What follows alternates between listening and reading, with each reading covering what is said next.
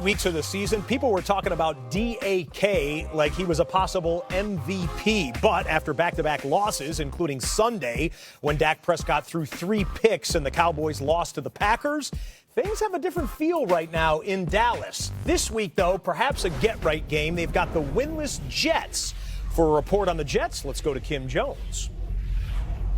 Le'Veon Bell said Wednesday that Sam Darnold doesn't have to be Superman as he returns to being starting quarterback for the New York Jets. But there was no doubt in the locker room, heck, in this entire building, that everyone is excited and happy that Sam Darnold is back. He helps tremendously. He's the quarterback. He's the guy who's really going to touch the ball every play, getting guys in position, throwing the ball downfield, just getting the playmakers the ball. So it's going to be fun, and obviously he's going to make his fair share of plays, so it's going to be fun. A couple of things from head coach Adam Gase, who of course also calls the offensive plays. He said the most difficult thing without Darnold was third downs, and it showed. The Jets converted just 5 of 40 third downs over their past 3 games. That's worst in the league.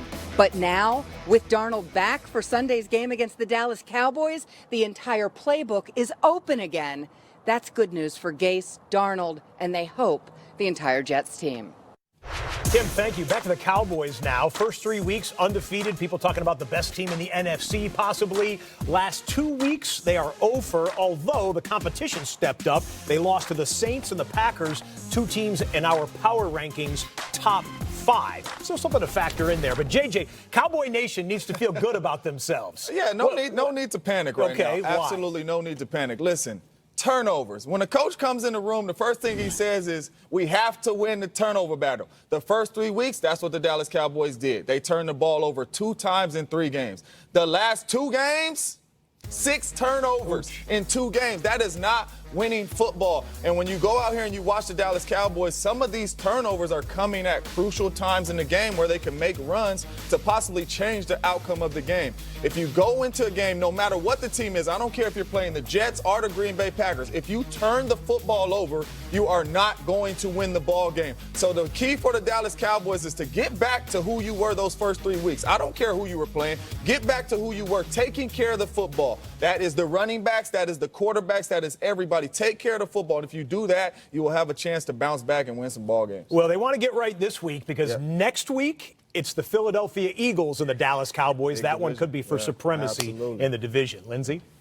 In the meantime, Phillies got Minnesota, one of 4 games this week that pits teams with winning records against one another. And in this case, it also pits teams who have strengths against one another. Eagles' run defense, the best in the league so far. They're giving up just 63 yards a game on the ground. Vikings' rush offense, as you well know, going for a lot more than that on average. Dalvin Cook has been tough to stop. So who has the edge? Presented by Volvo. Shaun O'Hara, the floor and the touchscreen are yours. Oh, Lindsay, we're talking about run game. I love this. Breaking down defenses, the edge goes to the Philadelphia Eagles defense, and here's why. They love to play this wide 9 technique, but the Eagles defensive ends have been bottling up run games this season. Yes, they put on a clinic against the Jets, but I'm going to go back to 2 weeks ago against the Packers, and here the Eagles, Brandon Graham, the defensive end. This is that wide 9 technique I was talking about, Lindsay. Look at this. He does a great job right here of controlling the tight end and squeezing everything, keeping everything inside, which allows the pursuit to come from within. So you're squeezing them from the outside. Nothing gets outside it. Here, Vinny Curry does it on the open side or the weak side. Not a wide 9, but a wide 5.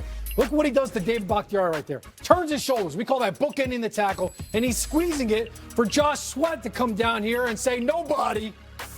You'll get that later. Nobody runs the ball on us, okay? That was Keith Sweat, Lindsay. Stick with me. All right. Now you're trying to reach the defensive end. Here's the veer. All right. Now they've got you right where they want you. You're trying to reach the wide defensive end. Now they veer inside, fold the linebacker on the outside. This defensive line is creating havoc, not just on the outside with Brandon Graham and Derek Barnett and Vinny Curry, but now you force everything inside to Fletcher Cox. That's a recipe for Dalvin Cook to have a very rough day. And I think you spelled out how good their defense is. What are they again in the NFL? Number 1. Number 1. Number 1 against the run. Did anyone else, show of hands, get the Keith Sweat reference? Yes, Puma, thank you. Puma, our stage manager. No other hands went up. Let the record reflect. Not just so what this you're girl saying right is here. Nobody? Nobody. Okay, that's an early game on Sunday, one of 6 games in the 1 o'clock window. The first game of the week, though, is tomorrow. Another game involving an NFC East team. It's the New York Giants versus the New England Patriots. It's Thursday night football at 8 p.m. Eastern right here on NFL Network, Fox, and Prime Video. If you've got Saquon Barkley, Evan Ingram, Sterling Shepard, or Wayne Gallman on your fantasy team, get them out of the lineup. They're out for this one. Hard to start anyone from the Giants, according to Michael Fabiano, but if you're desperate, he says you can go with Golden Tate and John Hilleman, the running back, who will be getting most of the volume carries there for them. For the Patriots start, Sony Michel, he says, and Josh Gordon. He says that there are no relevant players that he would sit for the Patriots. So go ahead and play everybody, but he says sit Daniel Jones against this Patriots defense, which has been lights out. For more on this matchup, here's Brian Baldinger. Thursday night football this week features the New York Giants traveling to the New England Patriots, and they'll see the #1 defense in football. And the Patriots do a lot. And let's take a look at last week's game against Buffalo and what they did to Josh Allen. Because the Patriots love to play with a whole player, which robs the middle of the player, the robber right there in the middle. And meanwhile, the Patriots are going to play sticky man coverage across the board. While that's happening, the Patriots also run a variety of twist stunts. And on this play, they're going to run a double end tackle twist stunt. So here comes John Simon crashing down on the guard. And on the other side, the same thing, Adam Butler crashing down. And then the tackles loop around. And the goal here was to keep Josh Allen in the pocket. So in real time, Josh Allen sees right there Jamie Collins keeping him in the pocket. Meanwhile, this is what Josh Allen was looking at. Sticky, tight, plastered coverage across the board.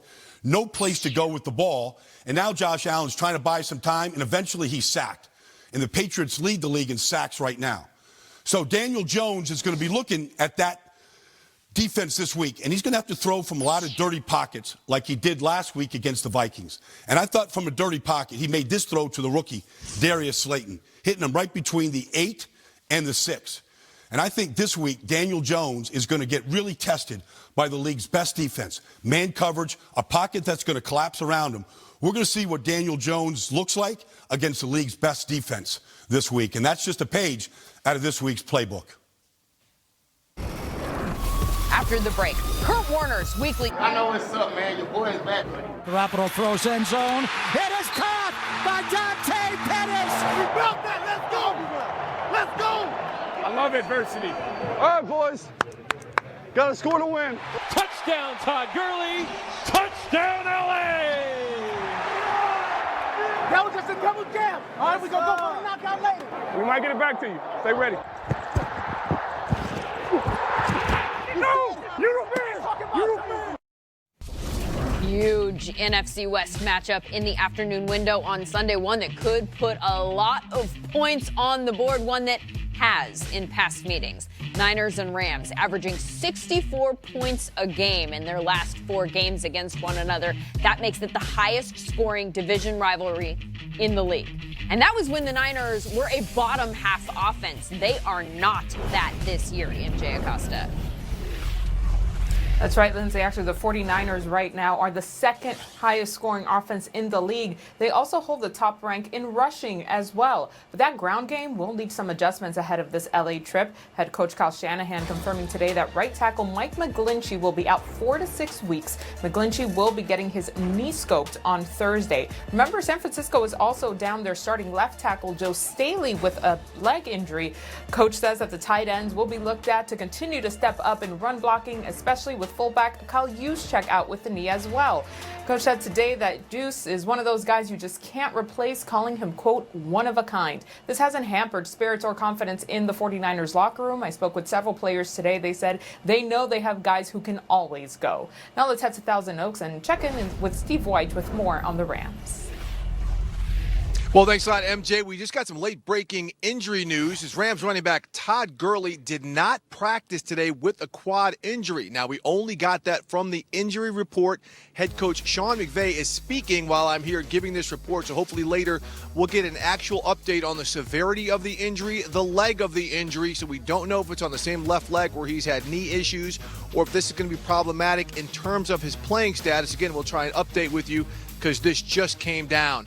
Also on the injury front, some positive news. Wide receiver Brandon Cooks, who's been in the concussion protocol. He was limited at practice today as a safety, Taylor Rapp, who should be back, who's trending, and linebacker Bryce Harper with a shoulder injury. They're all limited, but trending in the right direction. But again, hopefully by the end of the show,